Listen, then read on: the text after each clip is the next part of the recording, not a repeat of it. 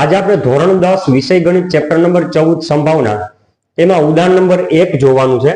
અગાઉ આપણે સિક્કાવાળા નિયમો જે છે એના વિશે સરસ રીતે માહિતી મેળવી લીધી છે।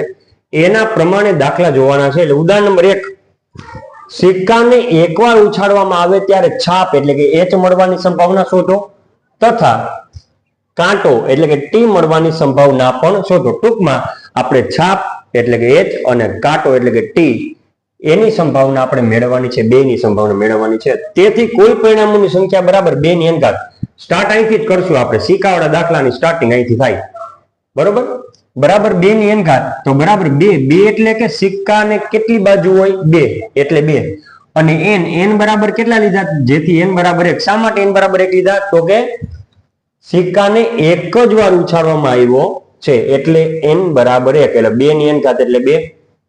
તેથી શક્ય પરિણામો બરાબર H અને T એટલે કે જો હું સિક્કાને એકવાર ઉછાળું તો કાં તો છાપ એટલે કે H મળે, કાં તો હું સિક્કાને એકવાર ઉછાળું તો મને કાટ મળે એટલે કે T મળે। એટલે H કાં તો T આ બંનેમાંથી એક મળે। હવે જો પેલું આપણે જે છાપ મેળવવાનું કીધું ને એનો દાખલો ગણીએ। ધારો કે છાપ H મળવાની ઘટના H છે। બધા દાખલામાં તમારે ઘટના દર્શાવવી પડશે કે આ મળે એની મારે ઘટના H લેવી, એની ઘટના મારે T લેવી, એની ઘટના E લેવી, એની ઘટના A લેવી, તમે કોઈ પણ લઈ શકો। અહીંયા આપણે ધારો કે છાપ H મળવાની ઘટના H છે તેથી H મળવાની સંભાવના જો શું બોલાય H મળવાની સંભાવના આ જે ઘટના H છે ને એ ઘટના H ની સંભાવના બરાબર ઘટના H ના સાનુકૂળ પરિણામોની સંખ્યા એટલે કે શક્ય પરિણામોની સંખ્યા ભાગ્યા ઘટના H ના કુલ પરિણામોની સંખ્યા। તેથી P of H બરાબર જો સાનુકૂળ પરિણામ એટલે H તો આપણે એક જ વખત પડે છે, એક જ વખત મળે છે એટલે અંશમાં 1 આવશે અને કુલ પરિણામ તો 2/2 એટલે P of H બરાબર 1/2 આ સંભાવના છાપ મળવાની સંભાવના મળી ગઈ। બીજું ધારો કે કાટ એટલે કે T મળવાની ઘટના T છે, આપણે એ ઘટનાનું નામ શું આપ્યું T, તો એની સંભાવના થઈ P of T।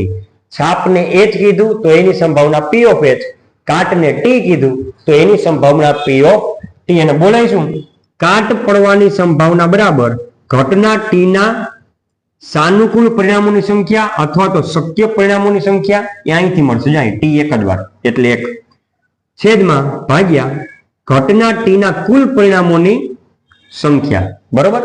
એટલે કે આમ તમે ઘટના H કે ઘટના T ન કહો તો ઘટનાના કુલ પરિણામોની સંખ્યા એ રીતે કહો તો પણ ચાલે નહીં। ઘટના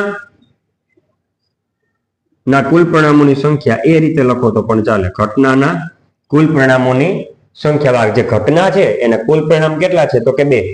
હવે T કેટલી વાર પડે છે તો કે 1 વાર એટલે અંશમાં આવશે 1 અને કુલ પરિણામ કેટલા છે 2 તો છેદમાં 2। તેથી P of T કાંટો એટલે કે T મળવાની સંભાવના તેથી P of T બરાબર 1/2 એટલે કે છાપ એની સંભાવના 1/2 અને કાંટો મળે એની સંભાવના 1/2। તો ઉદાહરણ નંબર 1 આપણે પૂરું કરીએ છીએ।